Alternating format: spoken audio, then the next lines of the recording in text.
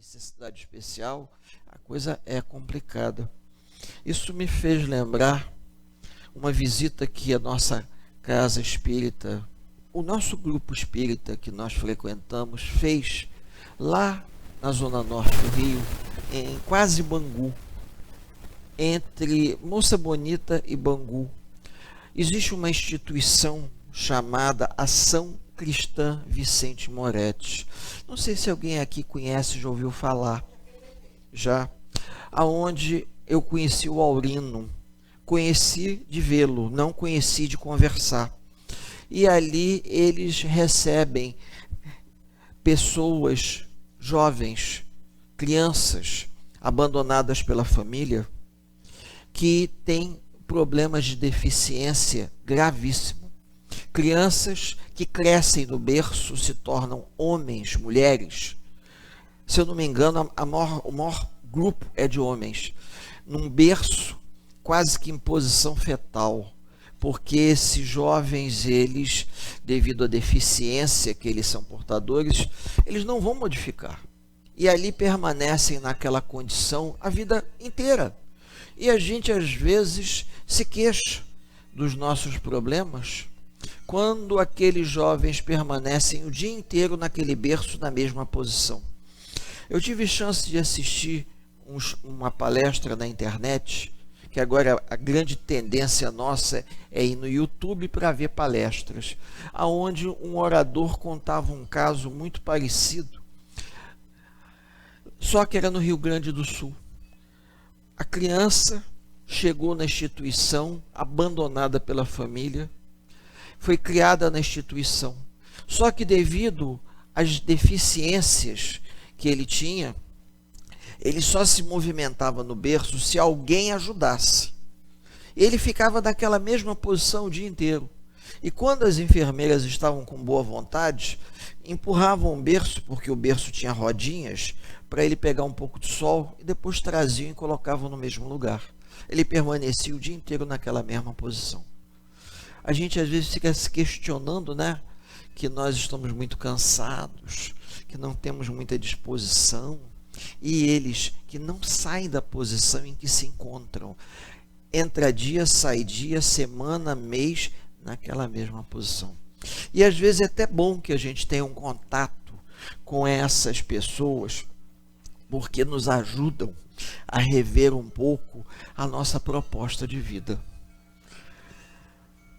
O infortúnio oculto, muitas das vezes, ele existe em um companheiro nosso de caminhada dentro da casa espírita, quando nós nos surpreendemos que um amigo nosso, um companheiro de trabalho, está passando por uma problemática pessoal e ele não revelou isso para nenhum de nós.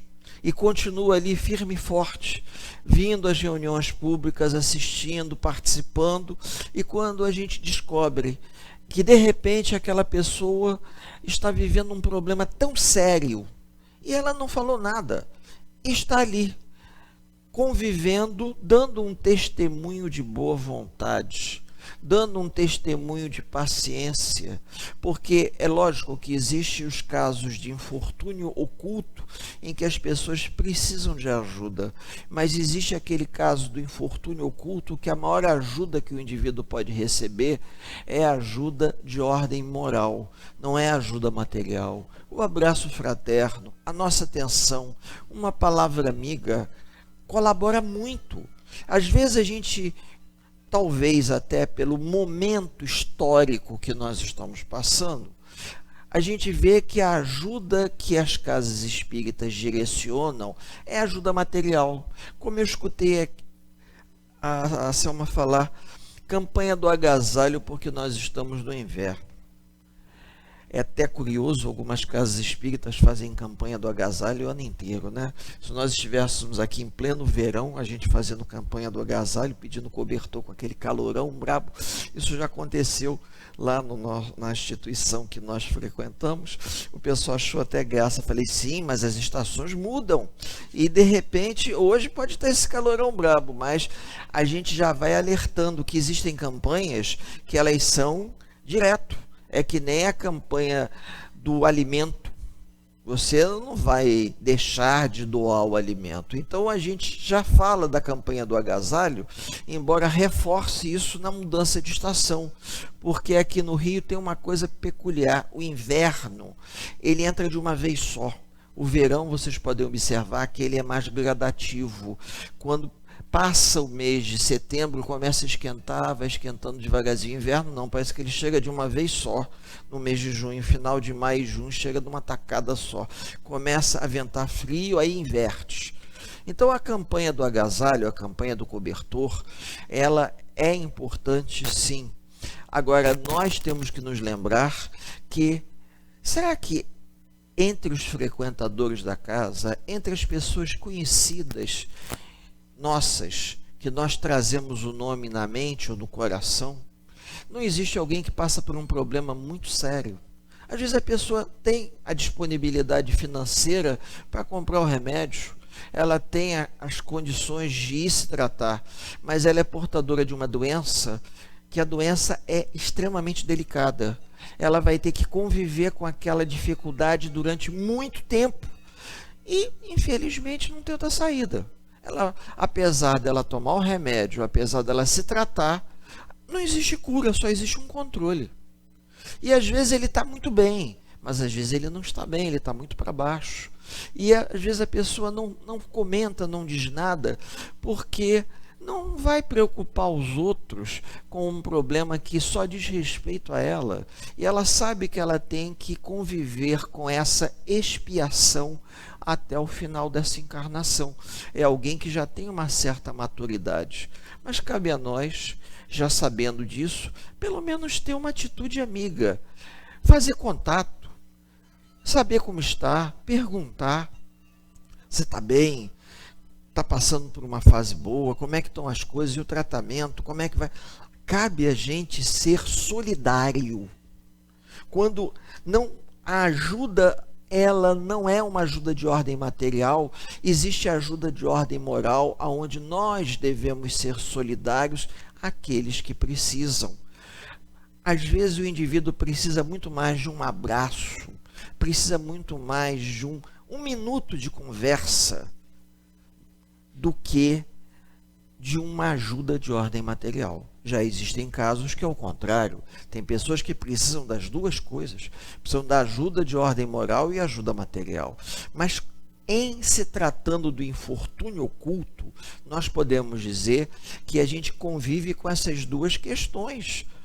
Essa semana mesmo eu fiquei sabendo que uma companheira nossa, da casa espírita que nós frequentamos, que fez parte da diretoria da casa, está internada no Miguel Couto, numa condição de saúde muito delicada. Ela e a mãe dela estão internadas. Ela tem 72 e a mãe tem 94. E o pessoal foi fazer uma visita, porque a mãe está internada num outro hospital e ela está no Miguel Couto. E perceberam que a mãe com 94 está melhor do que ela com 72. Ela teve um problema muito sério, parece que foi um AVC que ela teve, e a gente até se dispôs: não, vamos ver se ela precisa de alguma coisa, se a gente pode ajudar. Porque tem momentos que o que nós podemos fazer, uma prece em favor do necessitado, colocar o nome dela na lista de irradiação para ela receber ajuda. Algumas pessoas, como fica no CTI do Miguel Couto, nós não podemos entrar, o grupo. Geralmente entra uma ou duas, como é uma ala de mulheres, fica chato às vezes um homem entrar, porque às vezes as mulheres só estão com um lençol em cima do corpo. Então, vão as companheiras mais idosas, que vão lá para dar um passe nela, para fazer uma oração. Mas é importante que a gente se ligue. A casa espírita é uma família e nós devemos nos preocupar não apenas com aqueles que a casa espírita ajuda, preocupar conosco. É importante que a gente saiba, pelo menos, se os companheiros que estão junto conosco estão bem. É lógico que se você entra em contato com um amigo que está se tratando de um problema de saúde, e é frequentador da casa, você vai ver que tipo de ajuda ele precisa. Às vezes é só uma ajuda moral. Dependendo de quem seja, você vai fazer uma visita e depois você liga para saber se está tudo bem. Você, ao vê-lo, você vai perceber se ele já está melhorando, se ele precisa que você continue sendo presente, ligando para ter notícias, ou você já vai sentindo que ele já está conseguindo se tornar um pouquinho mais independente e que a ajuda já não é tão necessária. Então, nesse ponto, nós temos que estar antenados, como se dizia. O óbolo da viúva pode ser também combinado em termos de explicação com o infortúnio oculto, porque quando, segundo nos conta a passagem bíblica, a viúva chega para fazer a sua oração, ela se sente na obrigação de ajudar, mas ela não tinha tantos recursos quanto o homem rico fariseu, que esteve um pouco antes e que colocou um saco de moedas e fez uma prece em voz alta para todo mundo ouvir. Ela não tinha essa condição. Ela resolve tirar o pouco que ela tem, que ela tinha, para ajudar aos necessitados.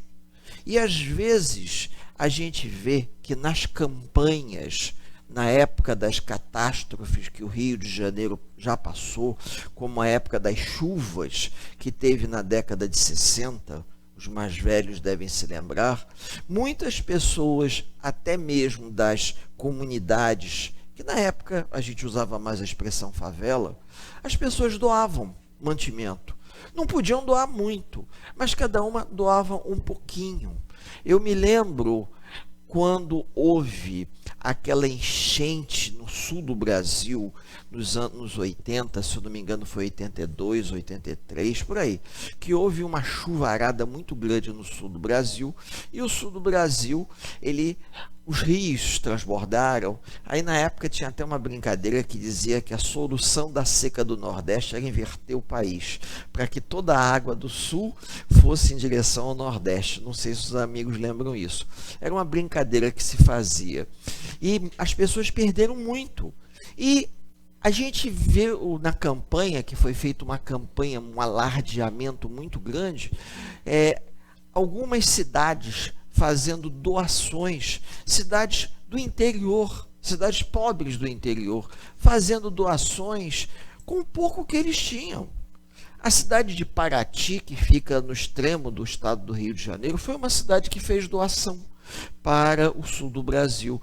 E, curiosamente, uns 2 ou 3 anos depois, Paraty passou por um problema parecido, onde teve uma chuvarada aqui no Rio de Janeiro, e a cidade ficou um pouco isolada, e algumas cidades do sul do Brasil, sabendo que Paraty estava passando por um problema, se reuniram e mandaram um caminhão de gêneros para ser distribuídos na cidade. E eu sei porque nessa época eu trabalhei numa empresa lá, em que um senhor até contou para mim que quando eles chegaram distribuindo, na época, por volta de 83, 84, chegaram distribuindo, tinha tanta coisa que até algumas pessoas que não precisavam pegaram, porque eles mandaram em quantidade para atender as necessidades da cidade. Na época a cidade era pequena. Esse senhor que eu conheci, ele disse que ele pegou um colchão. Já que eles estavam distribuindo, ele foi até lá, pegou um colchão e levou para a casa dele. Ele era morador da cidade, mas ele não estava na área necessitada. Mas como tinha muito e eles estavam distribuindo, ele pegou. Então a gente às vezes observa que nós podemos colaborar. Sempre podemos colaborar. Podemos colaborar na ajuda da cesta do Yuri. Podemos colaborar com alguém que precisa. É lógico que temos os nossos limites. Nem sempre a gente pode se doar mais. Mas só o fato de nós já termos o coração aberto para colaborar, isso já representa muito. Numa época em que, vocês vejam, o país está passando por uma prova de ordem moral fora de série. As coisas que andam acontecendo, principalmente no estado do Rio de Janeiro, nos últimos 6 meses a um ano, realmente estão desafiando a nossa boa vontade, a nossa paciência. Principalmente aqueles que são funcionários do Estado, aposentados. Vivem esse problema. E nós temos que ter a mente sempre aberta. Quando aquela mulher foi lá no Templo de Jerusalém e ela se sentiu na obrigação, vejam bem, de ajudar, ela doou o que ela podia, as 3 moedas, que iriam fazer falta para ela comprar um alimento. Mas ela sabia que depois ela conseguiria, mas mesmo assim ela abriu mão de algo que ela precisava. E muitas das vezes, os apóstolos conversando com Jesus falavam exatamente sobre isso. Quem muito tem e doa do muito que tem, não fará diferença nenhuma. Tem pessoas que fazem doações que para elas aquilo não faz diferença nenhuma. Ela tem muito, a doação não vai ter peso. Mas quando a pessoa se dispõe a parar e ver o que é que ela tem, o que é que ela pode dar para ajudar, representa muito. Eu não sei se foi no Paraná ou se foi em São Paulo que aconteceu um fato muito pitoresco. E todas as coisas pitorescas o pessoal coloca na internet e às vezes a gente vê e a gente observa aquilo. Uma moça estava na rua quando descobriu que ela estava sem a carteira. E ela tinha que pegar o ônibus para voltar para casa. Coincidência ou não, um mendigo pediu a ela alguma ajuda. E ela foi sincera ao dizer que ela saiu de casa e esqueceu a carteira. Esqueceu a carteira, foi para o trabalho e agora ela própria não tinha dinheiro para voltar para casa. Porque ela só viu isso depois.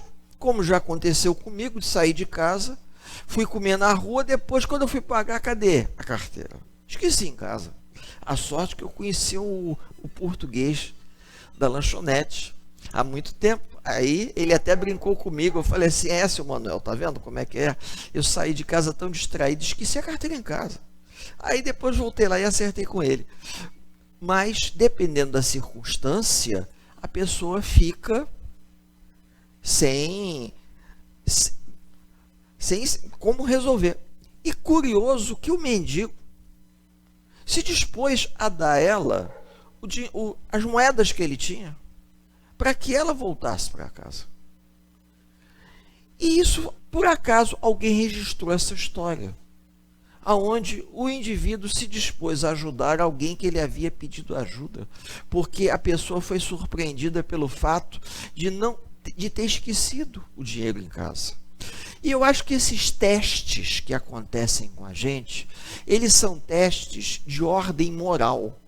Lógico que nós não vamos nos tornar santos da noite para o dia e nem no final dessa encarnação.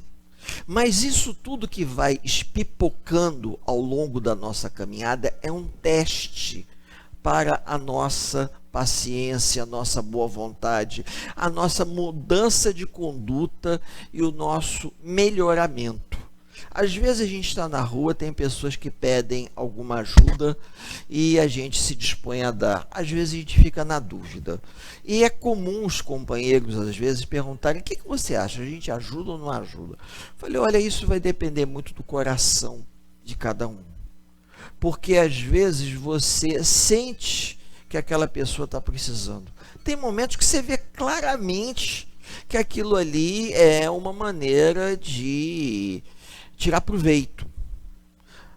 Agora, eu acho que não vai ser 2 ou 3 reais que vai nos tornar mais pobres e 2 ou 3 reais que vão tornar o outro mais rico. E isso é uma coisa interessante para que nós possamos nos reavaliar diante da vida. Porque às vezes a gente pode adquirir um bem e pode, dentro daquilo que você possui, colaborar. A campanha do agasalho não é necessariamente de um agasalho novo. De tempos em tempos, a gente procura trocar as roupas e costumamos doar as roupas que nós usamos ainda em condições de serem usadas por alguém. Até para que um bazar, como o que vocês têm aqui, possam revender. E às vezes a gente tem um casaco em casa, guardado lá no armário, que só está mofando, mas se a gente der uma lavada legal, pendurar, secar, ele pode ser que alguém, ou um visitante, ou alguém compre para dar para uma outra pessoa. E essa pequena ajuda se reverte para a própria casa. Nós temos também um bazar, a casa espírita que nós frequentamos tem um bazar também, e nesse bazar a gente pede inclusive pequenos eletrodomésticos, objetos ainda que possam ser utilizados. Então é interessante que a gente de vez em quando chegue em casa e, já sabendo de antemão que nós não vamos levar nada quando partirmos da vida material para a vida espiritual, nos desligarmos da matéria, que a gente possa pensar assim: puxa vida, eu tenho essas roupas aqui no armário, mas eu não as uso. Eu vou rever isso aqui de maneira a poder doar, ainda em condição de que alguém use. Porque tem momentos que as pessoas doam coisas que elas têm mais aqui para o lixo e não servem nem para serem doadas. Tem um jornalzinho espírita, eu não sei se é Folha Espírita de São Paulo, que de vez em quando vem com umas piadinhas espíritas. Um policial vê um cara jogando um mendigo jogando algo na janela da mulher, e ele diz assim: você está jogando uma pedra na janela dela? Ele falou: não, estou devolvendo o pedaço de pão duro que ela me deu. E eles fizeram a charge de uma maneira que ele não estava jogando uma pedra. Ela deu um pedaço de pão tão duro que parecia uma pedra e ele estava jogando na janela dela. A gente às vezes tem que pensar que nós gostaríamos de doar, deveríamos doar algo de forma que o outro se sinta bem ao receber. Ele não se sinta constrangido, não se sinta humilhado. A gente deve doar alguma coisa de forma que a pessoa possa aproveitar.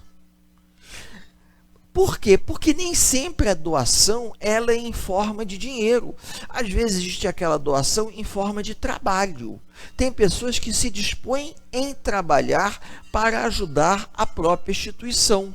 Nós temos nessa mesma linha de raciocínio o caso, por exemplo, de que quando a mulher, a viúva, colocou as moedinhas, fez a prece dela e foi embora, algum tempo depois aparece uma mulher mais pobre ainda, uma pessoa muito simples, sem condição nenhuma de colaborar, mas por alguma razão ela se sentia na obrigação de fazer algo. O que ela vai fazer? Ela olha à volta e tenta fazer alguma coisa pelo Templo de Jerusalém. Vê uma vassoura encostada num canto e resolve varrer o templo. E os espíritos utilizam o exemplo da mulher que vai varrer o templo como um desdobramento do óbolo da viúva. A viúva abriu mão do pouco que ela tinha em favor daqueles que necessitavam. A outra não tinha o que abrir mão, ela não possuía nada, mas ela possuía a coisa mais importante, o seu tempo. E ela resolve dispor do seu tempo em favor do Templo de Jerusalém.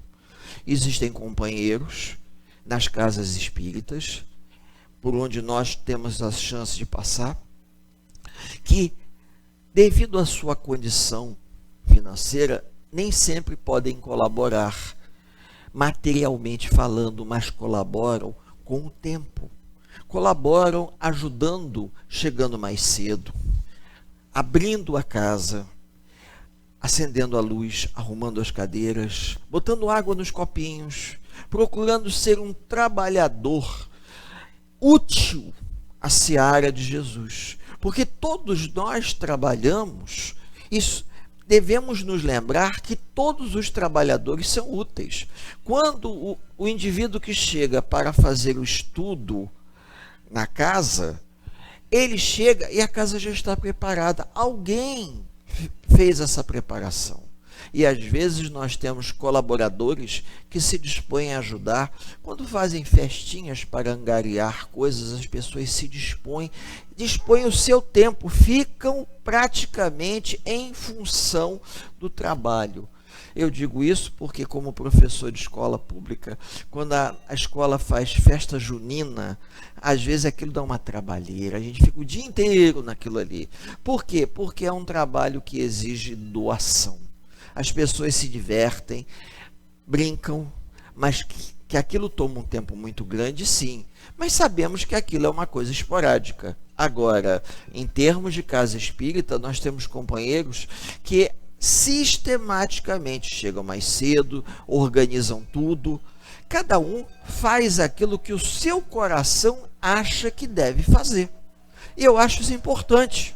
Por quê? Porque da mesma maneira que nós precisamos de alguém que dirija a reunião, precisamos de alguém que faça a leitura da página inicial, vamos precisar também de alguém para dar o passe e alguém para preparar a estrutura do lugar para que os visitantes possam ser bem recebidos.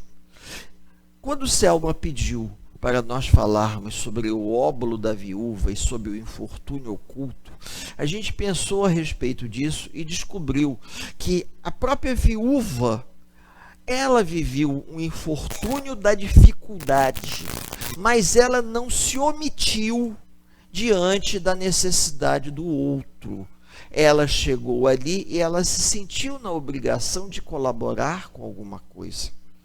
Já a mulher que nada tinha, deu o que ela podia dar, o seu próprio tempo. O fariseu que doou um saco de moedas, para ele não fez diferença nenhuma, porque ele muito tinha. O tanto que ele doou não interferiu na sua alimentação, não interferiu na vida das pessoas. Ele deu algo que estava sobrando.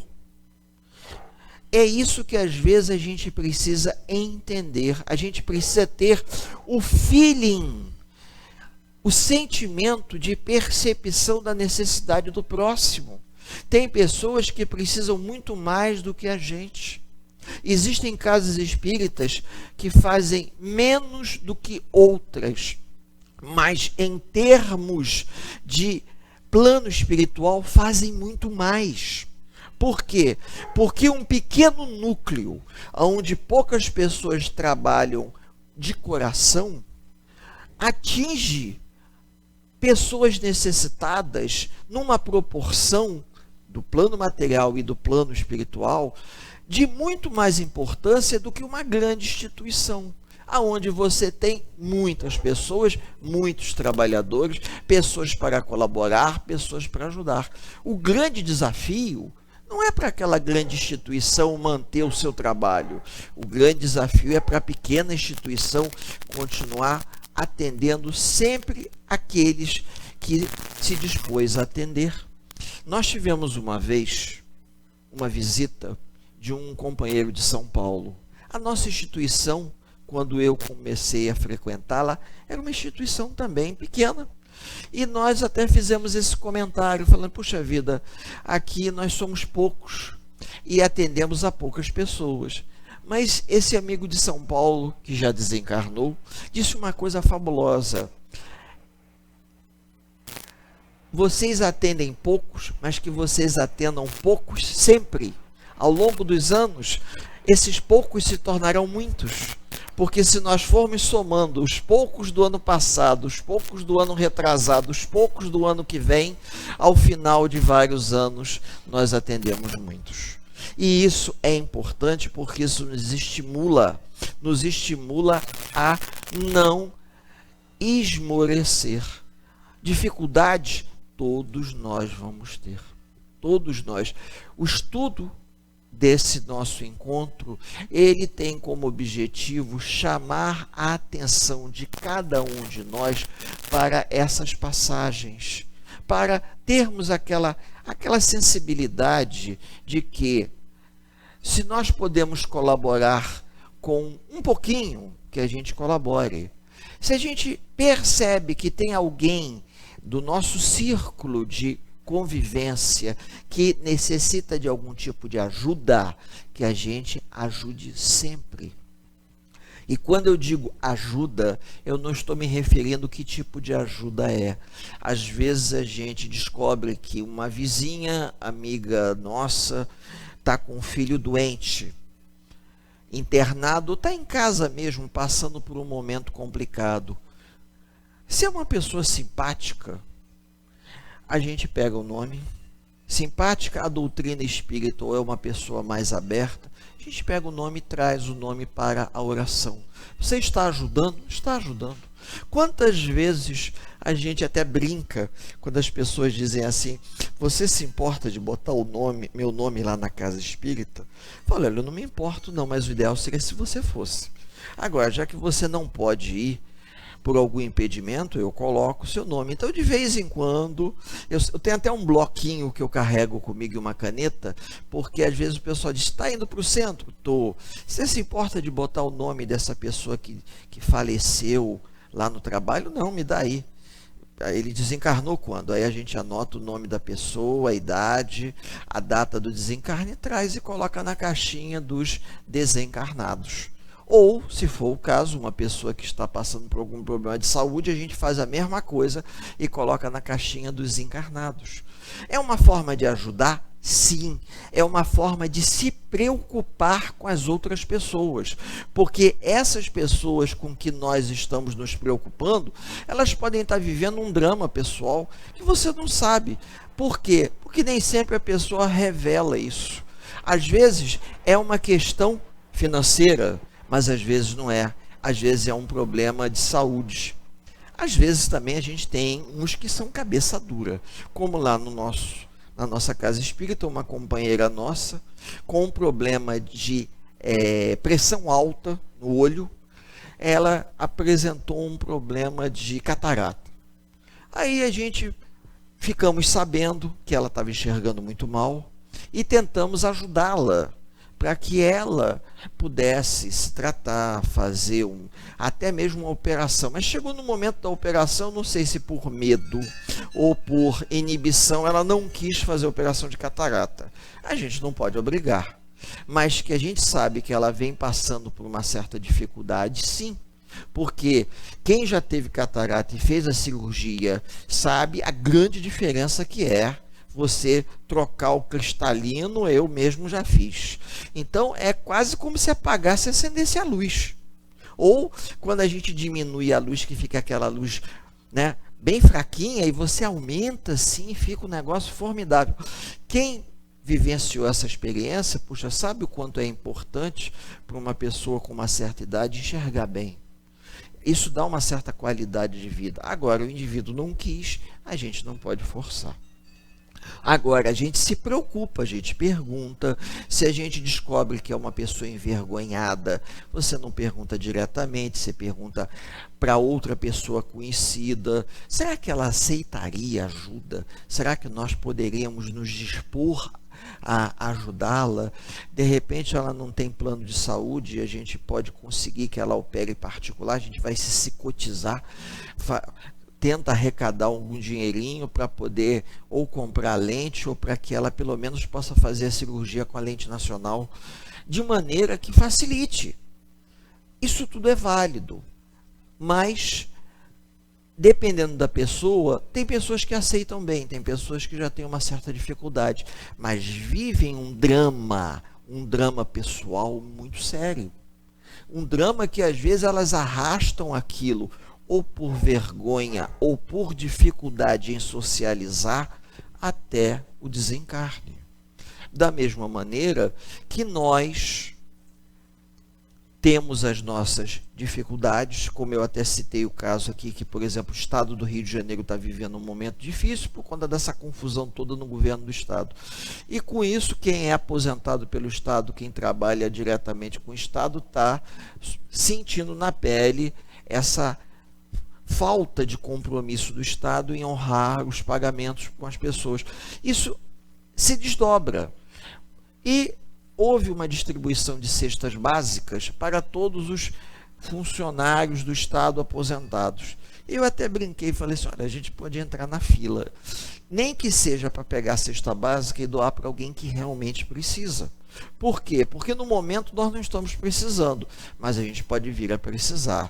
Aí a companheira falou assim, não, deixa lá, porque não tem quantidade suficiente para todos e aqueles que recebem menos que a gente precisam muito mais.